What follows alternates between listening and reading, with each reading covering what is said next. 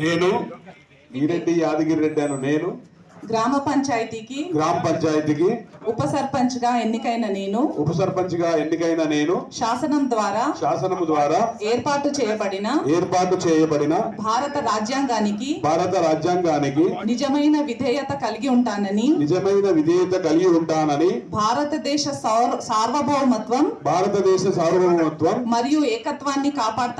మరియు ఏకత్వాన్ని కాపాడుతానని తెలంగాణ పంచాయతీరాజ్ చట్టం 2018 మరియు దాని కింద రూపొందించిన నియమావళి ప్రకారం నా విధులు మరియు బాధ్యతలను భయమో పక్షపాతమో లేకుండా నిష్ఠతో మరియు నిజాయితీతో నిర్వహిస్తానని